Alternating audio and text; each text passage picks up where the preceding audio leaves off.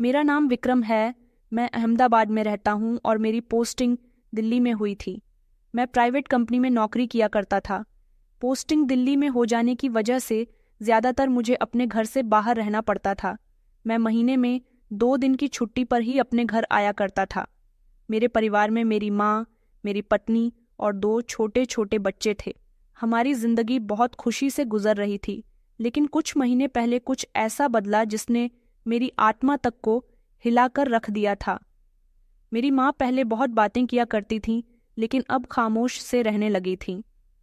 मुझे लगा कि शायद बुढ़ापे से होने वाली शरीर की कमजोरी या फिर मौसम बदलने की वजह से उनकी तबीयत ठीक नहीं रहती, इसलिए वो खामोश रहती है। लेकिन अब तो वो बिल्कुल खामोश रहती थी। न बच्चों से बात करती थी, न मेरी पत्नी से नोक झोंक किया करती थी, न मुझे देखकर खुश हुआ करती थी। ऐसा लगता था जैसे उनके अंदर कोई शोर है जो जुबां पर नहीं आ रहा। मेरी पत्नी ऐश्वर्या ज्यादातर काम में लगी रहती थी और मैं एक बेटा, एक पति और एक पिता बनकर सब देखता रहता। मुझे कोई मैटर दिखाई नहीं देता था, लेकिन मन की आंखों में जो खालीपन था वो हर बार मेरे अंदर चुभता जा रहा था। एक शाम जब मैं घर आया तो माँ बड़ी खामोशी से सोफे पर बैठी थी। मैं उनके पास बैठ गया और कहने लगा कि आपकी तबीयत ठीक है, आप बड़ी खामोश हो गई हो। माँ ने धीरे से कहा कि बेटा, मैं ठीक हूँ। मुझे देखकर उनके चेहरे पर एक मुस्कुराहट आ गई, जिसे देखकर लगता था कि वो बड़ी मजबूरी में इस मुस्कुराहट को मेरे लिए बाहर निकाल कर लाई है। अगले दिन मैं सुबह जल्दी उठा। बच्चों को स्कूल छोड़ने जाना था। मेरी पत्नी नाश्ता बना रही थी। अभी भी माँ खामोशी से एक तरफ बैठी हुई थी। मैंने कहा, माँ साथ में नाश्ता करें। उन्होंने मुझे देखा, कुछ कहना चाहा, लेकिन फिर वो खामोश हो गई। कहने लगी कि नहीं, तुम लोग करो, मैं थोड़ी देर में कर लूंगी। मैंने अपनी पत्नी ऐश्वर्या से कहा कि माँ इतनी खामोश क्यों रहती है। वो कहने लगी कि शायद उम्र की वजह है। एक दिन जानबूझकर जब मैं घर दोबारा आया तो मैंने अपने आने के बारे में किसी को नहीं बताया था। मैं अचानक घर आ गया। दरवाज़ा खुला हुआ था। मैं अंदर दाखिल हुआ तो देखा कि मेरी पत्नी लाउंज में बैठी बड़े आराम से टीवी देख रही थी, और जब मैंने किचन की तरफ झांका तो मेरी माँ गर्मी में खाना बना रही थी। मुझे गुस्सा आया। मैंने ऐश्वर्या से कहा कि तुम टीवी देख रही हो और माँ किचन में काम कर रही है। वो मुझे देखकर घबरा गई। उसने कहा कि माँ जी ने खुद ही कहा था कि आज मैं खाना बना लेती हूँ। मैंने कहा, ये मेरी माँ की मर्जी नहीं, तुम्हारी जिम्मेदारी है। इतने में ही माँ बीच में बोल पड़ी कि बेटा, मैंने खुद ही कहा था बहू से कि आज तुम काम मत करो, मैं खाना बना लेती हूँ। इस बात पर मुझे खामोश होना पड़ गया था, मगर मुझे ऐसा लगता था जैसे माँ कुछ छुपा रही है। कुछ दिनों में मैंने एक बात साफ साफ नोटिस की थी कि हमारे घर के बने कोने में एक कमरा था। माँ वहाँ अक्सर जाती थी और दरवाज़ा लॉक कर लेती थी। वो कमरा कभी खुला हुआ नहीं देखा, ना मैंने और ना ही मेरी पत्नी ने। यहाँ तक कि मेरी पत्नी और बच्चों को भी वहाँ जाने की परमिशन नहीं दी। एक दिन मैंने ऐश्वर्या से पूछा कि कभी तुम उस कमरे में गई हो। उसने कहा कि वहाँ जाने की इजाज़त ही कब है, वहाँ तो तुम भी नहीं जाते। मुझे तो ऐसा लगता है जैसे तुम्हारी माँ ने वहाँ कोई खजाना छुपाया हुआ है। मैंने मुस्कुराकर बात टाल दी, लेकिन दिल में चिंगारी सी जागी। अगली सुबह अचानक मेरी जल्दी आंख खुल गई तो देखा कि माँ दबे कदमों से उस बंद कमरे से बाहर आ रही थी। उनके हाथ में कुछ मेले आदमियों के जैसे कपड़े थे। वो जल्दी से बाथरूम में चली गई। मैं वहीं खड़ा रह गया। पहली बार मैंने महसूस किया कि माँ जरूर कुछ छुपा रही है। अगली बार जब मैं फिर से घर आया तो घर में खामोशी थी। टीवी ऊंची आवाज में चल रहा था। मेरी पत्नी सोफे पर लेटी आराम कर रही थी। मैंने खामोशी से बैग नीचे रखा और किचन की तरफ बढ़ा तो मेरी माँ फिर से खाना बना रही थी। पसीने से उनका चेहरा भीगा हुआ था। मैं किचन में गया। मैंने कहा, माँ। तो उन्होंने हैरानी से मुझे देखा और कहने लगी कि बेटा, तुम कब आए? आप क्यों इतनी गर्मी में खाना बना रही हो? उन्होंने कहा कि बेटा, ऐश्वर्या दूसरा काम कर रही थी, इसलिए मैंने सोचा कि खाना मैं बना लेती हूँ। मैं किचन से बाहर निकला तो लाउंज में अभी भी ऐश्वर्या उसी अंदाज में टीवी देख रही थी। मैं उसके पास गया और चिल्लाते हुए कहने लगा कि तुम यहाँ आराम से टीवी देख रही हो और उधर इतनी गर्मी में मेरी माँ खाना बना रही है, तुम्हें शर्म नहीं आती? उसने कहा कि आपको क्या हो गया है? आपकी माँ ने खुद ही कहा था कि वो खुद सारे काम कर लेंगी। मैंने कहा, अगर उन्होंने कहा तो तुमने सारा काम उन पर छोड़ दिया। वो बीमार है और तुमने हाथ रोककर उनको काबू में रखा हुआ है। तभी उसने मेरी आंखों में देखते हुए कहा कि एक बात बताओ, तुम्हारी माँ भोली नहीं है? वो तुमसे कुछ छुपा रही है। मैंने कहा, क्या मतलब? तो उसने अपने माथे पर बल डाले और कहने लगी कि वो जो कोने वाला कमरा है जो लॉक रहता है, कभी सोचा है क्यों बंद है? कभी सोचा है कि क्यों तुम्हें भी वहां पर जाने नहीं दिया जाता? मैंने हंसते हुए कहा, क्योंकि वहां पुराना सामान रखा हुआ होगा। तो वो कहने लगी कि नहीं विक्रम, वहां कोई खजाना है या फिर कोई राज्य है। मैंने बात बदलने की कोशिश की कि तुम्हें हर बात में शक क्यों होता है? तुम्हें मेरी माँ से आखिर क्या परेशानी है? उसने कहा कि तुम्हें कुछ दिखाई नहीं देता, तुम सिर्फ एक पत्नी के पति हो, मगर तुम सिर्फ एक बेटे हो, तुम्हें हर समय बस माँ नजर आती है। मैंने कहा, तुम्हें अब ये भी शिकायत है कि मैं अपनी माँ को क्यों देखता हूँ? वो कहने लगी कि हाँ, क्योंकि जब तुम्हें अपनी माँ के लॉक किए गए कमरे पर शक नहीं होता तो मुझे खुद पर हंसी आती है। मैंने कहा, मेरी माँ कोई जुर्म नहीं कर रही है। वो कहने लगी कि पता नहीं, लेकिन जो कोई भी हमेशा दरवाजा बंद रखे कुछ तो छुपा रहा होता है। मैंने उसे डांट कर खामोश करवा दिया, लेकिन मैं खुद भी अब उलझन का शिकार होने लगा था। रात को जब सब लोग अपने अपने कमरे में सो गए तो मैं बंद कमरे के दरवाजे तक गया। हल्का सा दरवाजा हिलाया, बंद था। ताला लगा हुआ था, पुराना सा लेकिन मजबूत। माँ के कमरे की तरफ गया तो वो सो रही थी। अगली सुबह मैंने अपनी माँ से सवाल किया कि ये कमरा हमेशा बंद क्यों रहता है? माँ कहने लगीं कि बेटा, पुराना सामान रखा हुआ है, वहां तुम्हें कुछ भी नहीं मिलेगा। मैंने कहा कि फिर आपने उसे बंद करके क्यों रखा है? मैं सिर्फ इतना जानना चाहता हूँ। माँ खामोशी से नजरें झुका गईं और कहने लगी कि कभी कभी इंसान कुछ ऐसी चीजों से जुड़ा रहता है, अगर उन तक पहुंच जाए तो वो टूट जाता है। मैं खामोश हो गया। अगले दिन जब हम सब नाश्ता कर रहे थे, मैंने देखा माँ रोटी के साथ दही खा रही है, जबकि मेरी पत्नी ने अपने और बच्चों के लिए जूस और आमलेट रखा था। मैंने कहा, माँ, आप दही से रोटी क्यों खा रही हो? उन्होंने कहा कि कुछ नहीं बेटा, बस ऐसे ही मन कर रहा है। तभी ऐश्वर्या ने कहा कि माँ जी, आप खुद ही मना करती हैं, फिर विक्रम को बुरा लगता है। मेरे दिमाग में ऐश्वर्या की कल रात की बातें बोल रही थीं। बार बार सवाल दिमाग में घूम रहा था कि हर वक्त कमरा बंद क्यों रहता है। फिर से आंधी रात के समय जब मेरी आंख खुली तो मैंने माँ को अंधेरे में उस बंद कमरे के सामने खड़ा देखा। उनके हाथ में एक पुरानी चाबी थी, वो धीरे से ताला खोल रही थी। मैं खामोशी से दरवाजे के पीछे छुप गया। दरवाजा खुला, माँ अंदर दाखिल हुई और दरवाजा पीछे से बंद कर दिया। कुछ देर के बाद जब दरवाजा खुला, मैंने कदम पीछे कर लिए ताकि मुझे ना देख लें। माँ के हाथ में कपड़े थे, पुराने, गंदे और धूल से भरे हुए। ऐसा लग रहा था जैसे उन्होंने अंदर कोई भारी काम किया हो। वो तेजी से वॉशरूम की तरफ बढ़ी। मैं खामोशी से अपने कमरे में लौट आया। इसके बाद मैंने इस बारे में ऐश्वर्या से बात की कि मैंने कल रात माँ को कमरे के अंदर जाते हुए देखा और उनके हाथ में गंदे कपड़े भी थे, जिस पर वो कहने लगी कि मैं तो तुमसे कब से कह रही हूँ कि उन्होंने कुछ छुपाया हुआ है। उस कमरे में मुझे भी रात के समय दरवाजे की आवाज़ आती है। मैंने कई बार देखने की कोशिश करी, मगर मुझे दरवाज़ा बंद मिला। माँ जल्दी से आ जाती है। मैंने कहा, कभी तुमने उस कमरे में झांकने की कोशिश नहीं की? वो कहने लगी कि एक बार मैं तुम्हारी माँ का पीछा करते हुए दरवाजे तक पहुंची थी, मगर उन्होंने पीछे मुड़कर सख्त शब्दों में कहा कि ये कमरा मेरे लिए है और किसी को इसके अंदर आने की इजाज़त नहीं है। ये सुनकर तो मेरा दिल और बेचैन हो गया। मैंने फैसला कर लिया कि अगली बार माँ अंदर जाएगी तो मैं ज़रूर उनका पीछा करूँगा। फिर मेरी पत्नी ने मुझे बताया कि माँ जी जब भी उस कमरे से आती हैं, उनके कपड़ों से अजीब सी बदबू आती है। ये बात मेरी भी समझ में नहीं आ रही थी कि आंधी रात में ही वो कमरे में क्यों जाया करती है। अगली रात मैं जागा हुआ था। कुछ देर के बाद फिर से वही सब कुछ हुआ। माँ दबे हुए कदमों से चलती हुई आई, चाबी से दरवाज़ा खोला और अंदर चली गई। इस बार मैं धीरे धीरे दरवाजे तक आया। कान लगाकर सुना तो हल्की हल्की सरसराहट सुनाई दी, जैसे किसी से बात की जा रही हो। अचानक एक धीमी सी कराहने की आवाज़ आई।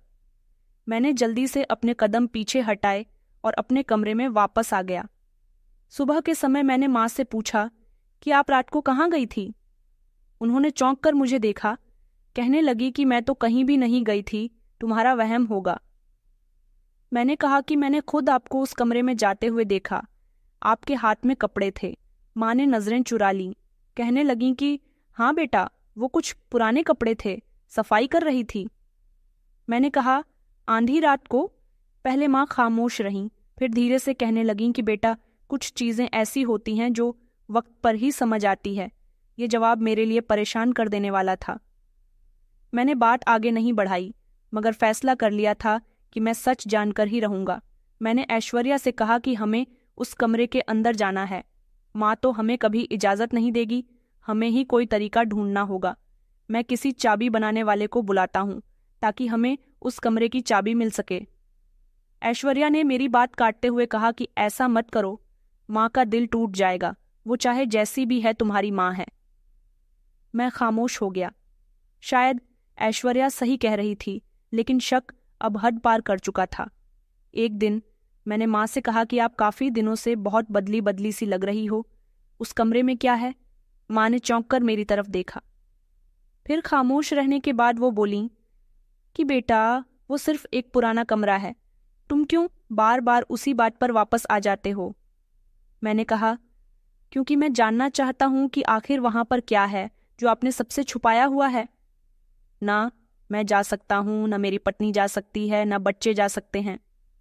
माँ कहने लगी कि बेटा प्लीज मत जानो उस कमरे के बारे में, वरना सब कुछ बिखर जाएगा। मैंने तेज आवाज में कहा कि क्या बिखर जाएगा माँ? उन्होंने धीरे से कहा, भरोसा, रिश्ते और सब कुछ। मैंने कहा, तो मैं क्या इतना कमजोर हूं कि सच ना जानूं? माँ खामोश हो गई। उनका चेहरा झुका हुआ था, आंखों में अनजानी सी नमी आ गई। शाम को मैंने ऐश्वर्या से बात की। माँ कुछ भी बताने को तैयार नहीं है, सिर्फ इतना कह रही है कि सब कुछ टूट जाएगा। ऐश्वर्या ने आंखें चढ़ाते हुए कहा, क्योंकि वो जानती है कि सब सामने आया तो उनका चेहरा भी बेनकाब हो जाएगा। उसने कहा कि एक बार दरवाज़ा खोलो, सब सामने आ ही जाएगा, वरना तुम इसी तरह शक में रहोगे। मैंने कहा, माँ के रिक्वेस्ट करने के बाद कैसे ज़बरदस्ती करूं? ऐश्वर्या मेरे करीब आई, धीरे से कहने लगी कि कब तक माँ की खामोशी सब पर भारी रहेंगी? कभी तुमने सोचा है कि अगर अंदर सच में कुछ बुरा है तो तुम्हारी ये खामोशी भी पाप बनकर रह जाएगी? ऐश्वर्या बिल्कुल ठीक कह रही थी, मगर मेरी माँ इतनी भी गलत नहीं हो सकती थी। कुछ तो था जिसे छुपाया जा रहा था। अगली सुबह मैंने माँ से कहा कि मेरे साथ कमरे में चलिए, ताला खोलिए, मैं देखना चाहता हूँ कि आखिर वहाँ क्या है। माँ ने कहा कि नहीं बेटा, ऐसा मत करो, दरवाज़ा खुला तो तुम्हारे सामने सिर्फ अंधेरे आएंगे। मैंने कहा, मैं अंधेरों से नहीं डरता, झूठ से डरता हूँ। अगली रात फिर सब सो चुके थे। मैं दरवाजे के सामने खड़ा था, हाथ में चाबी जो मैंने दरवाजे के पिछले कोने से निकाली थी, जहाँ माँ हमेशा जाती थी। मैंने चाबी ताले में डाली। पीछे से माँ की आवाज़ आई, बेटा ऐसा मत करो, मत खोलो दरवाज़ा। मैंने चौंक कर देखा, माँ अपने कमरे से नंगे पैर भागती हुई आई थी। मैंने कहा, मैं आज हर सवाल का जवाब चाहता हूँ, ये दरवाज़ा तो खुलकर ही रहेगा। माँ ने कहा, बेटा अगर तुमने मेरी बात नहीं मानी तो कुछ नहीं बचेगा। ये दरवाज़ा, ये कमरा, ये वो छत है जिसने मुझे और मेरे राज को छुपा रखा है। मैंने कहा, ऐसा कौन सा भी राज छुपा रखा है आपने जो बेटा सवाल करे तो माँ डर जाए? माँ रोने लगी और कहने लगी कि सिर्फ इतना जान जाओ, मैं तुम्हारी मुजरिम नहीं हूँ। मैं पीछे हट गया। शोर सुनकर बच्चे और ऐश्वर्या भी जाग गए थे। ऐश्वर्या ने दरवाज़ा खोला। विक्रम बस करो, अब ये तमाशा। माँ ने ऐश्वर्या की तरफ देखा कि तुम तो खामोश हो जाओ, तुम्हारे दिल में तो वैसे भी मेरे लिए कोई जगह नहीं है। उसने मुस्कुराते हुए कहा कि मेरे दिल में सच के लिए जगह है, झूठ के लिए नहीं। मैं बीच में आ गया। मैंने कहा कि बस करो दोनों, मैं खुद फैसला कर लूंगा कि मुझे क्या करना है। मैंने चाबी निकाली और दरवाज़ा खोला। दरवाज़ा चूर चूर करता हुआ खुल गया। अंदर अंधेरा था, सिर्फ एक धीमी सी रोशनी कमरे के कोने से आ रही थी। मैं अंदर गया तो महकती हुई मिट्टी की और सीलन की बदबू आई। फिर मेरी नज़र कमरे के कोने पर पड़ी, वो नज़ारा जिसके लिए मैं तैयार नहीं था। मेरे पैरों तले से ज़मीन निकल गई। ज़मीन पर पुराना बिस्तर बिछा हुआ था और उस पर मेरी बहन रागिनी बैठी हुई थी। नहीं बैठी नहीं, जैसे गिरकर बैठी हो। उसका चेहरा पीला हो चुका था, शरीर बेहद कमज़ोर और पेट बाहर निकला हुआ था, जिससे साफ पता चल रहा था कि वो गर्भवती है। मैंने कहा, रागिनी। उसने नज़र उठाकर मुझे देखा और धुंधली सी मुस्कुराहट दी, जैसे सदियों बाद उसे किसी ने पहचाना हो। उसने कहा भैया। फिर उसके बाद वो रोने लगी। मैं भागकर उसके पास गया। मैंने कहा रागिनी, तुम यहाँ इस हाल में? माँ कमरे के दरवाजे पर खड़ी हुई थी। अपने कांपते हुए शरीर के साथ मैंने कहा कि तुम्हें यहाँ क्यों रखा हुआ है? माँ ने अपनी आंखें बंद कर ली और कहने लगी कि मैं मजबूर थी। बेटा, ऐश्वर्या भी पीछे पीछे आ गई। उसके चेहरे पर भी हैरानी थी। ऐसा लग रहा था जैसे उसे सब पता था, जैसे वो कुछ छुपाने की कोशिश कर रही हो। मैंने कहा, ये सब कब से चल रहा है? माँ ने धीरे धीरे कदम अंदर रखे। उन्होंने कहा कि बेटा, कुछ महीने हो गए। रागिनी एक रात दरवाजे के बाहर खड़ी हुई थी, बीमार, भूखी, डरी हुई। मैं उसे ऐसी हालत में कैसे छोड़ देती? मैंने कहा, लेकिन आपने मुझे इस बारे में क्यों नहीं बताया? माँ कहने लगी, क्योंकि तुम्हारी पत्नी ने मना किया था। माँ की आवाज़ टूट गई। मैंने ऐश्वर्या की तरफ देखा और फिर कमरे के चारों तरफ एक कोने में पुराना मटका रखा हुआ था जिसमें शायद पानी था। एक तरफ चादर बिछी हुई थी जिस पर मेरी बहन सोती होगी और एक कमजोर सा पंखा जो शायद महीनों से नहीं चला था। मैंने कहा कि तुम यहाँ कैसे जिंदा थी? रागिनी ने कहा कि माँ मुझे अपने हिस्से का आधा खाना दिया करती थी और खुद बचाकर कभी दही कभी नमक से खाती थी। यहाँ सिर्फ मेरी सांसें चल रही थीं। मैं उठा, माँ के पास गया। मैंने कहा, आपने मेरी बहन को छुपाकर नहीं बल्कि इस कैद में रखा था, और ये सब कुछ आपने मुझे क्यों नहीं बताया? माँ खामोश खड़ी रही। मैंने सिर झुका लिया। कुछ लम्हे सब खामोश खड़े रहे। फिर मैंने रागिनी की तरफ देखा और कहा, अब तुम इस कमरे में नहीं रहोगी, चलो मेरे साथ, अभी और इसी समय। माँ ने धीरे से कहा कि बेटा, ये दुनिया नहीं मानेगी। मैंने दरवाजे की तरफ इशारा किया और कहा, पहले मैंने ये दरवाज़ा खोला है और अब हर दरवाज़ा खोलूंगा। कोई ना कोई सच्चाई के साथ जरूर खड़ा होगा। और मैं रागिनी को सहारा देकर उसके कमरे से बाहर ले आया, जहां सिर्फ सवाल थे लेकिन कोई जवाब नहीं था। रागिनी को जब उस बंद कमरे से बाहर लाया तो कदम जैसे जमीन पर नहीं पड़ रहे थे। मेरी बहन मेरे ही घर में महीनों से भूखी, कमजोर और बेसहारा थी।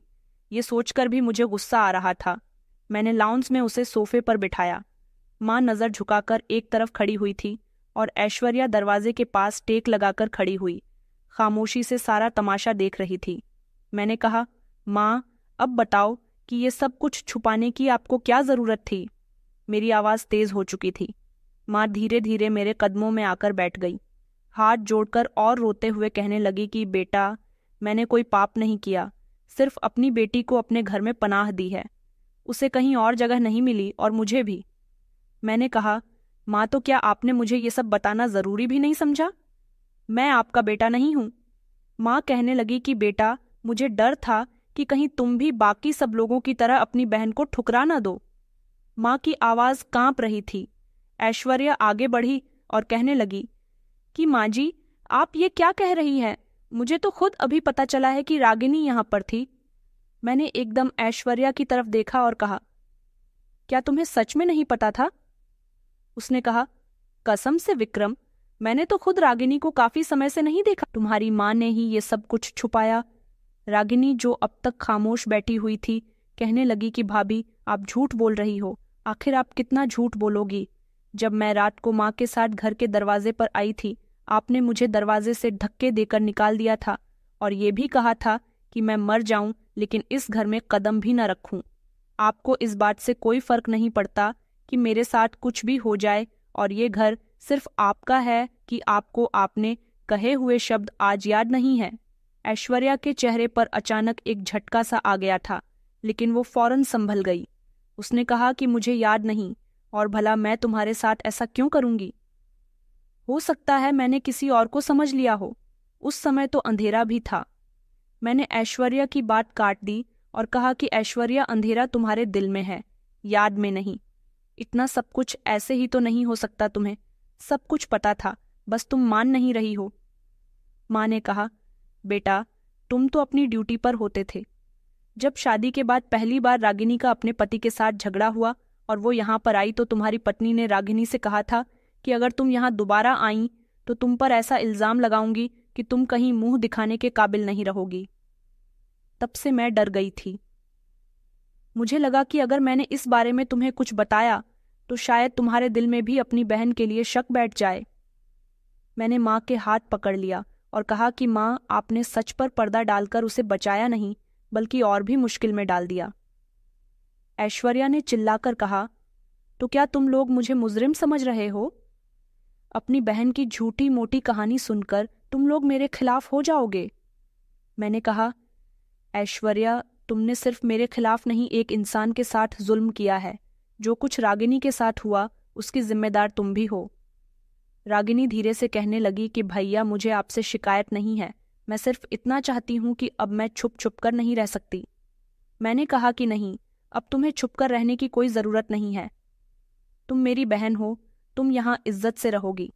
तभी माँ ने ऐश्वर्या की तरफ देखा और कहा, बहू, मैंने तुम्हें हमेशा बेटी समझा और तुमने मेरी बेटी को ही रुसवा कर दिया। ऐश्वर्या की आंखें हैरानी से फैल गईं और वो कमरे से बाहर निकल गई। लेकिन जाते जाते इतना ज़रूर कहने लगी कि विक्रम, अगर तुम मुझे जालिम समझते हो तो ये तुम्हारी मर्जी है। मैंने जो किया वो अपने घर के सुकून के लिए किया। लेकिन मैंने उसे कोई जवाब नहीं दिया। वो किस सुकून की बात कर रही थी? वो सुकून जिसकी कीमत किसी की इज्जत, किसी की सांस, किसी की माँ बनने की हालत में छुपी तड़प थी। शाम तक रागिनी की तबीयत बिगड़ गई, उसे बुखार आ गया था। मैं जल्दी से उसे पास के ही अस्पताल लेकर गया। डॉक्टर ने उसके खान पान का ध्यान रखने के लिए कहा और कहा कि पेशेंट की हालत बहुत कमज़ोर हो गई है, इनको आराम की बहुत ज़रूरत है और अच्छा खाने पीने की भी। मैंने दिल में फैसला कर लिया कि अब मैं रागिनी को अकेला नहीं छोड़ूंगा। उसे वापस घर ले आया और उसी लाउंज में उसके लिए बिस्तर लगा दिया जहां से वो सबको नजर आए कि अब उसे छुपाया नहीं जा रहा। रात को मैं माँ के पास गया। मैंने पूछा कि आप कुछ कहना चाहती हो? माँ ने लंबी सांस ली, कहने लगी कि बेटा, सच तो अभी बाकी है। मैं वक्त आने पर तुम्हें सब कुछ बताऊंगी। मैंने उनकी तरफ देखा। मैंने कहा, माँ, अब वक्त आ चुका है और आपको अब चुप रहने की भी कोई ज़रूरत नहीं है। मैं जान गया था। मैंने जो भी देखा वो अभी सिर्फ शुरुआत थी, असली कहानी तो अभी बाकी थी। रागिनी की कंडीशन काफ़ी कमज़ोर थी। डॉक्टर की दी हुई दवाई और कमज़ोरी की वजह से वो सांस फूलने की शिकायत किया करती थी। मैंने उसके लिए छुट्टी कर ली थी और अब मैं घर में ही रह रहा था। उस रात माँ मेरे पास आई, दरवाज़ा बंद किया और मेरे बराबर में बैठ गई। मैं मोबाइल बंद कर चुका था। माँ ने धीरे से कहा कि बेटा, अब शायद समय आ चुका है। मैंने सर हिलाया और कहा कि माँ, मैं सुनना चाहता हूँ सब कुछ। माँ ने आंखों में आंसू लेकर बताना शुरू किया कि जब तुम्हारी बहन रागिनी की शादी हुई तो उसके पति के साथ शुरू में उसका सब कुछ बिल्कुल ठीक था, लेकिन धीरे धीरे उसके पति का बिहेवियर बदलने लगा। वो हर छोटी छोटी बात पर रागिनी से झगड़ा किया करता था, रोक टोक करता, यहाँ तक कि उसे मायके भी आने नहीं देता था। फ़ोन इस्तेमाल करने पर भी उसने पाबंदी लगा दी थी। ये सब वक्त के साथ बढ़ता गया। मैंने कहा, तो आपने मुझे इस बारे में क्यों नहीं बताया? माँ कहने लगी कि बेटा, रागिनी ने ही मुझे मना किया था कि भैया को इस बारे में कुछ मत बताना। वो चाहती थी कि तुम बेफिक्र रहो। वो अपने घर को बचाना चाहती थी। माँ ने गहरी सांस ली और कहा, फिर एक दिन वो नाराज होकर यहाँ आ गई। उसकी आंख पर नील पड़ा हुआ था। मैंने पूछा तो कहने लगी कि गिर गई थी। मुझे लगा कि शायद सच कह रही है, लेकिन जब ऐश्वर्या ने देखा तो अलग ही ढंग देखा तुम्हारी पत्नी ने। रागिनी से कहा, अब यहाँ आने की ज़रूरत नहीं है।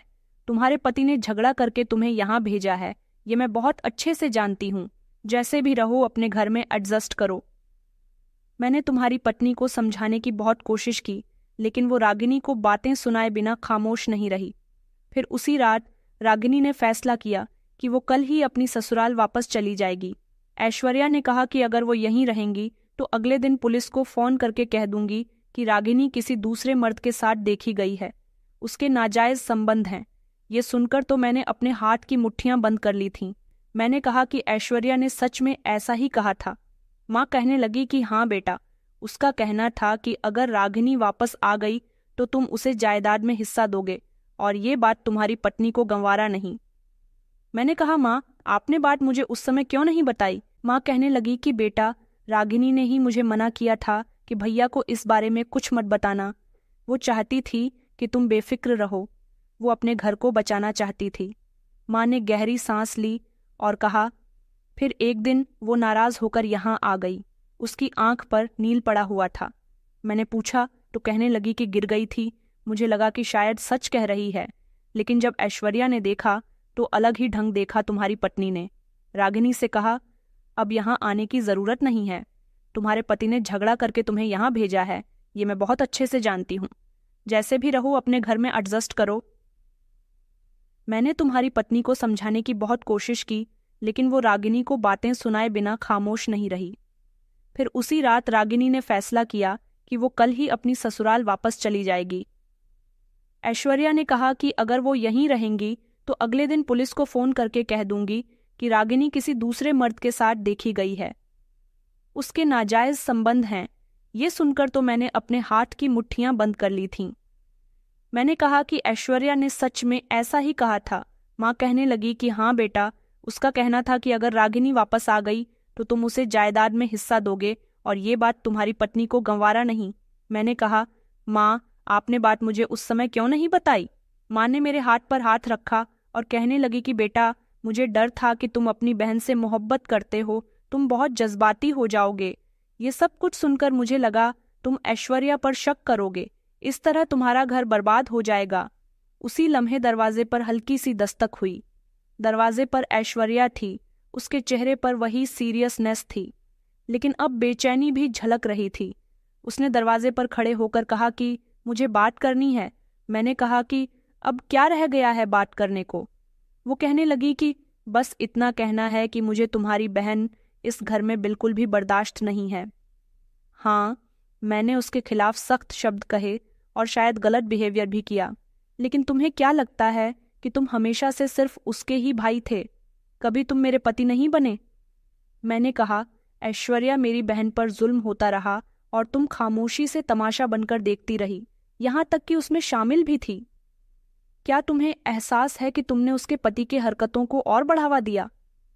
उसने कहा कि नहीं, मुझे कोई एहसास नहीं हुआ। मैं जलन में अंधी हो गई थी।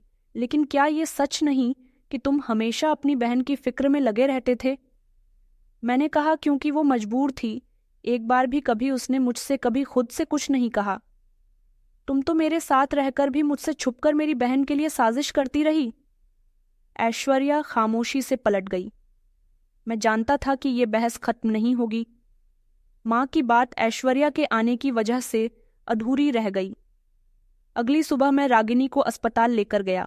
डॉक्टर ने कुछ टेस्ट बताए थे। मेरी बहन का अल्ट्रासाउंड हो रहा था और मैं बाहर खड़ा हुआ था। मेरे दिमाग में बार बार माँ की रात वाली बातें गूंज रही थीं। रागिनी की बीमारी, उसकी खामोशी और उसकी आंखों में छुपा हुआ डर, अब सब कुछ साफ होता जा रहा था। अगले दिन फिर से मेरी माँ से बातचीत हुई।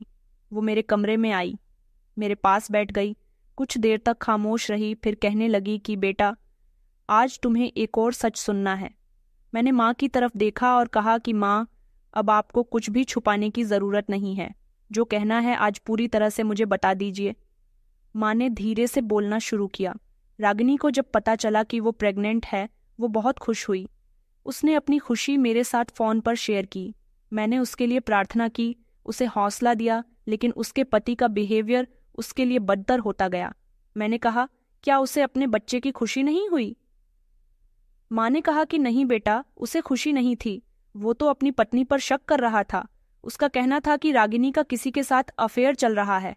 मैंने कहा, वो मेरी बहन पर ऐसे आरोप कैसे लगा सकता है? क्या सबूत है उसके पास?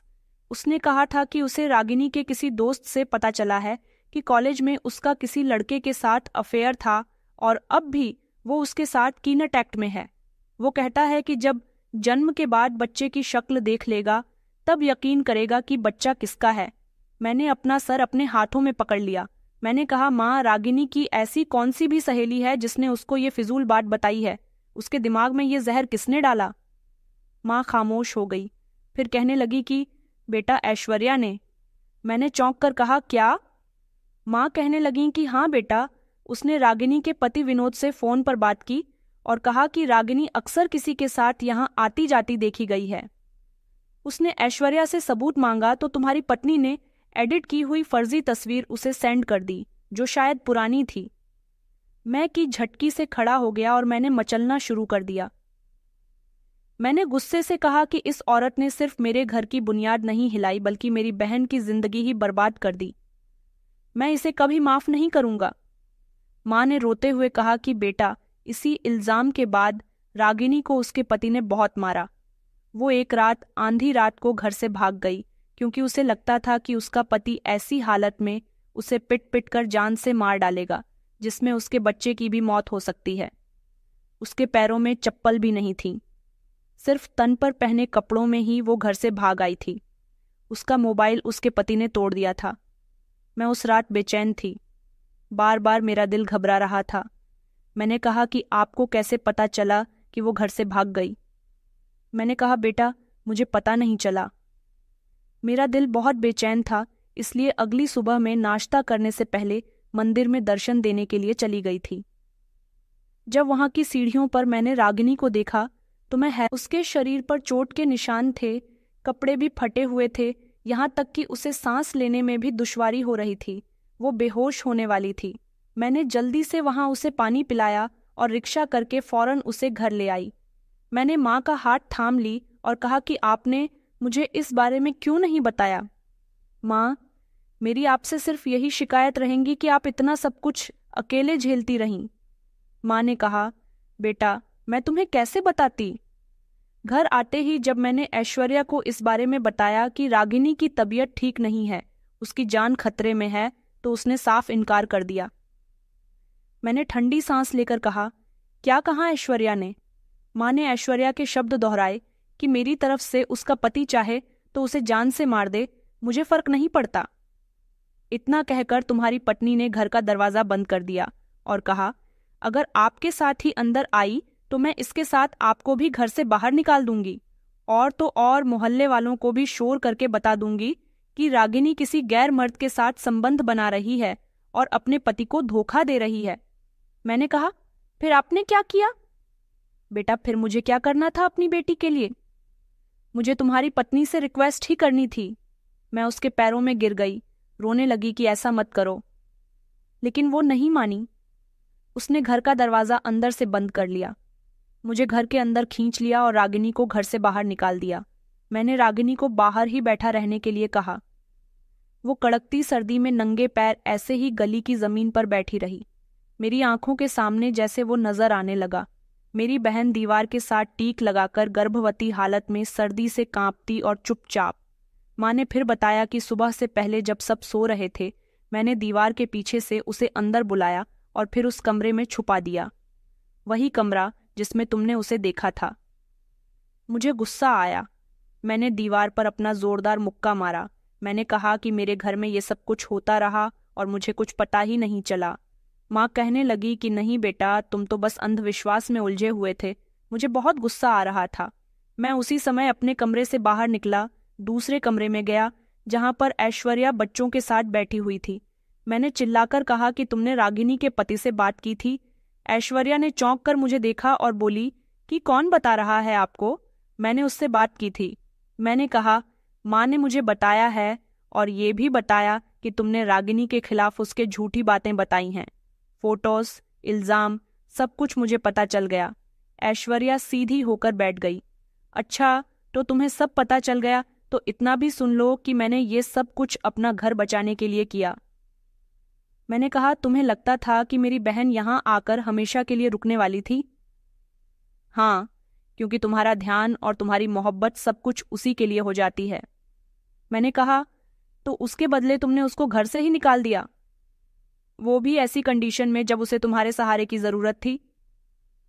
ऐश्वर्या खामोश हो गई। मैं दरवाजे से बाहर निकला। अंधेरा सिर्फ रात का नहीं, कुछ अंधेरे इंसान के अंदर भी होते हैं, और आज मैं उन अंधेरों से पहली बार आंख मिला रहा था। माँ के साथ में जैसे जैसे ये पहेली सुलझाने लगा, हर बार एक नई हकीकत मेरे सामने खुलकर आई। रागिनी की कंडीशन सिर्फ बीमारी या कमजोरी का नतीजा नहीं थी। ये बरसों की बेरहमी, जुल्म और नफरत की वजह से थी।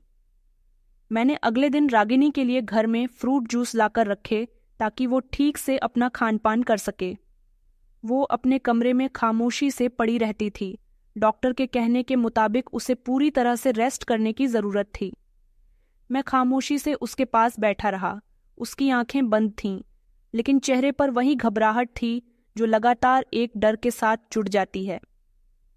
माँ रात को मेरे पास आई, मैंने खुद ही दरवाज़ा खोल दिया था, उन्हें आवाज़ देने की ज़रूरत नहीं पड़ी। उन्होंने कहा कि बेटा, आज तुम्हें वो राज बताना है। जब रागिनी ने वो रात दीवार के साथ बिताई थी, मैंने उन्हें अपने सामने बिठाया।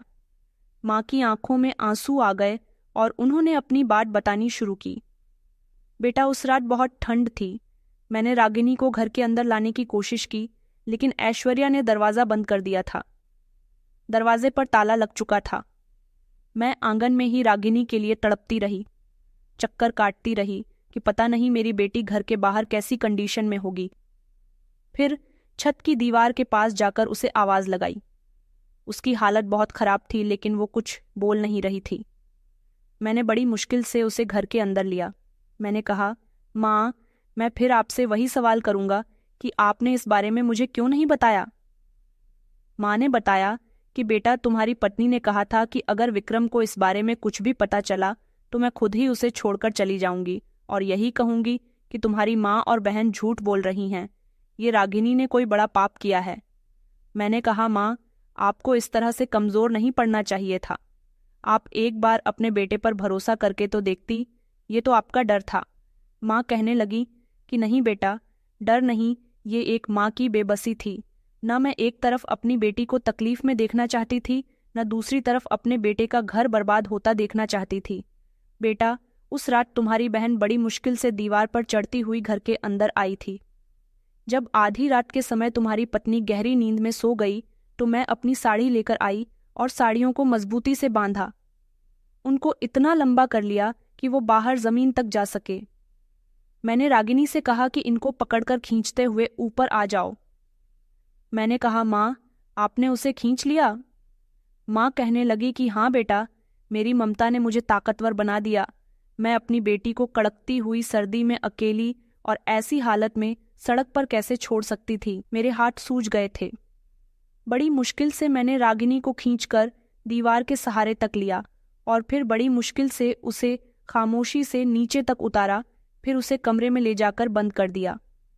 मैंने कहा, तो आप उसे कमरे में कैसे रखती रहीं? उसके खाने पीने का बंदोबस्त कैसे किया? क्योंकि ऐश्वर्या को तो पता ही नहीं था कि घर में रागिनी भी रह रही है। माँ ने अपनी आंखें बंद करके याद किया। बेटा, जो कुछ तुम्हारी पत्नी मुझे खाने के लिए दिया करती थी, अपने हिस्से का खाना बचाकर मैं आधा खामोशी से रागिनी को दे आती थी। अभी बासी रोटी जो रात की बची होती, उस पर नमक मिर्च डालकर उसे खिला देती। दही अगर मिलता तो 2 चम्मच बचाकर उसे रोटी से दे दिया करती थी, ताकि मेरी बेटी के पेट में कुछ तो हो जाए। वैसे भी इस समय उसे खाने पीने की ज्यादा जरूरत थी।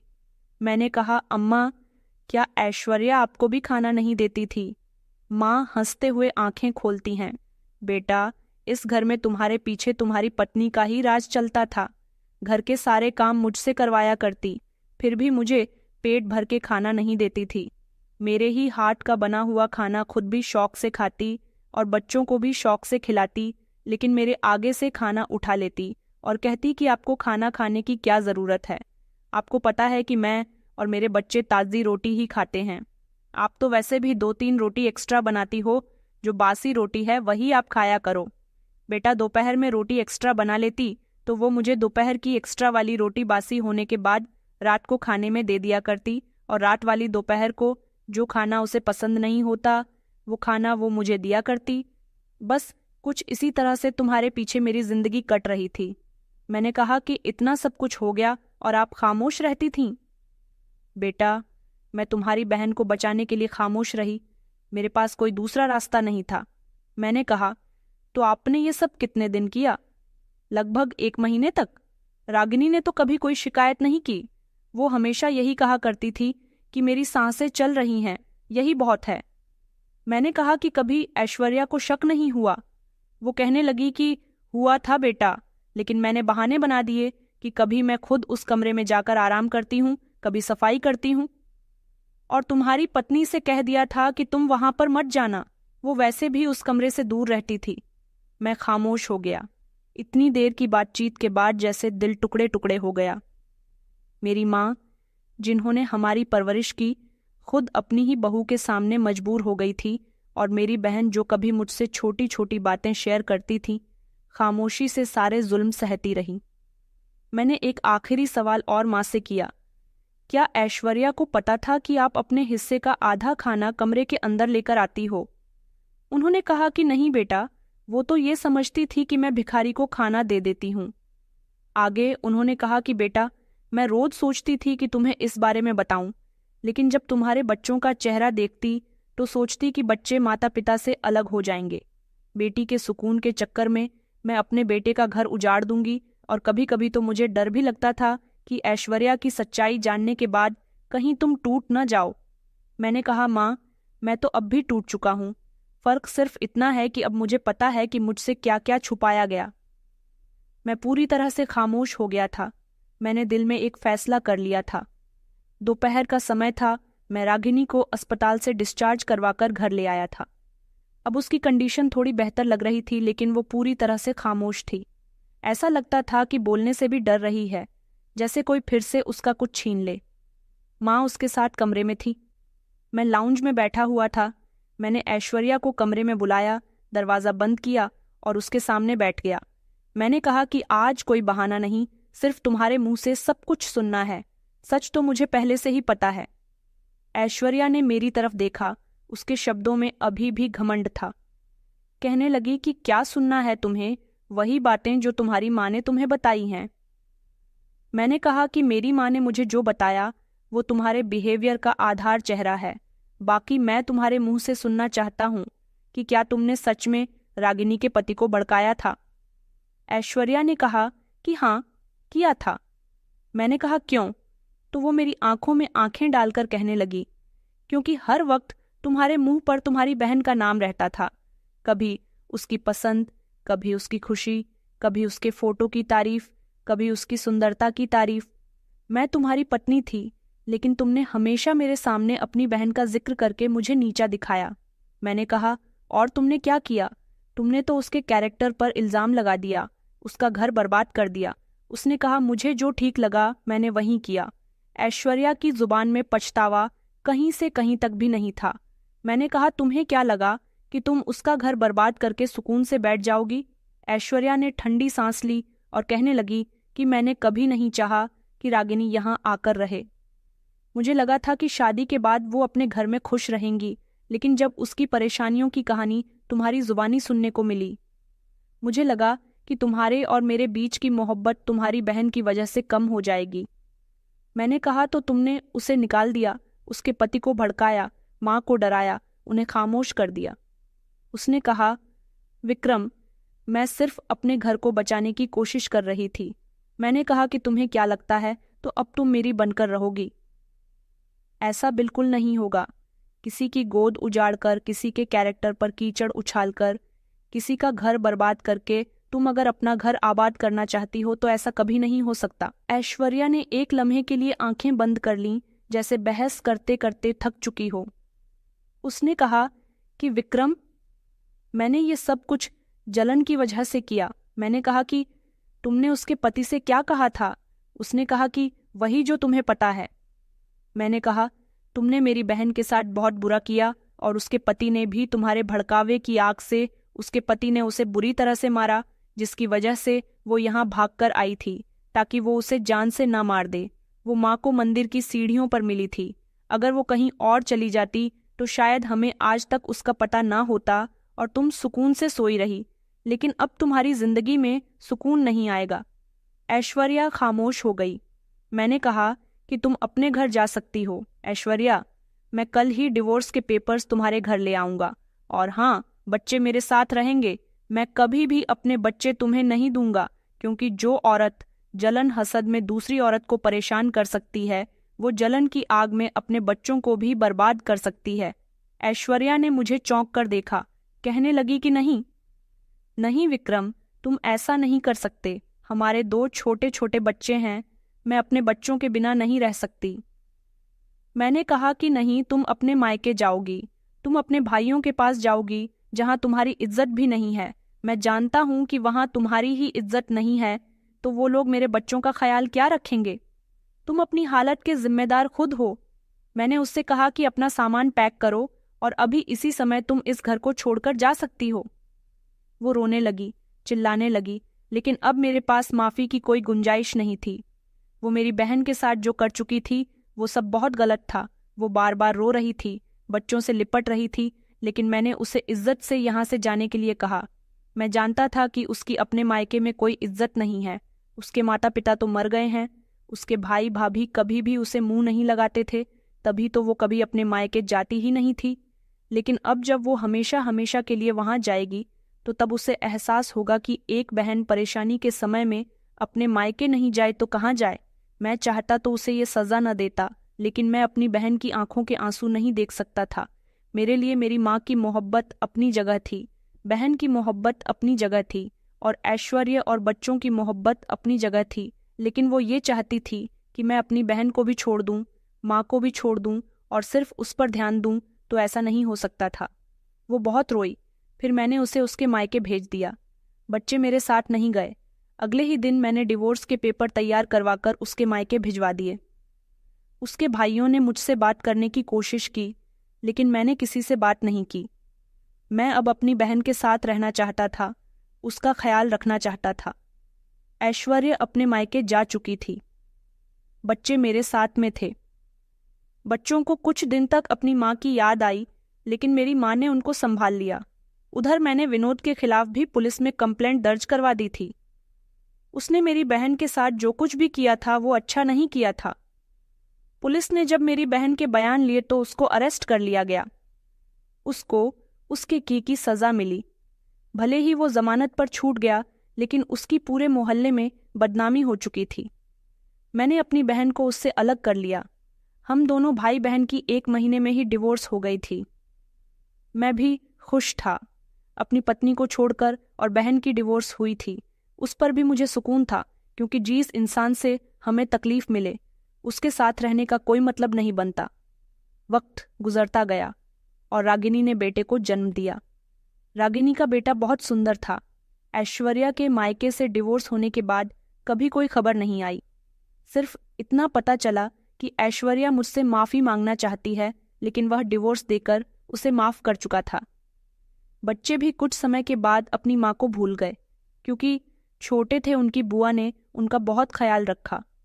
रागिनी अपने बेटे के साथ साथ मेरे बच्चों का भी बहुत ख्याल रखती थी। अब मैंने दिल्ली जाना छोड़ दिया और मैं इसी शहर में नौकरी करने लगा। कुछ समय के बाद माँ ने मेरी दूसरी शादी करवा दी। जिस लड़की से मेरी शादी हुई थी वो बहुत अच्छी थी। रागिनी की दूसरी शादी नहीं हो सकी, क्योंकि वो दूसरी शादी करना ही नहीं चाहती थी। उसने फैसला कर लिया था कि वो अब अपने बेटे की परवरिश करेगी। वो पढ़ी लिखी थी, इसलिए उसने नौकरी करनी शुरू कर दी। अपने पैरों पर खड़ी हुई अपने दिल से जुल्म सहने का डर निकाल दिया, और अब वो अपने बेटे की परवरिश खुद कर रही है। मुझे खुशी होती है कि मेरी बहन इतना सब हो जाने के बाद भी आगे बढ़ी। ये कहानी उन लोगों की है जो खामोश रहकर अत्याचार को बर्दाश्त करते हैं। वक्त से पहले अगर आप लोग अपनी खामोशी को तोड़ दें और सही फैसला करें तो शायद आपको उस तकलीफ का सामना नहीं करना पड़ेगा जो आपको सामने वाला इंसान दे रहा है। मैं और मेरी बहन अपनी नई जिंदगी में खुश है। माँ को सुकून मिल गया। मेरी दूसरी पत्नी भी एक अच्छी औरत है जिसने मेरे घर को अच्छी तरह से संभाल लिया है, मेरे बच्चों को अपना समझा है, और ऐश्वर्य अपने मायके में बैठी अपनी गलतियों की माफ़ी मांग रही है।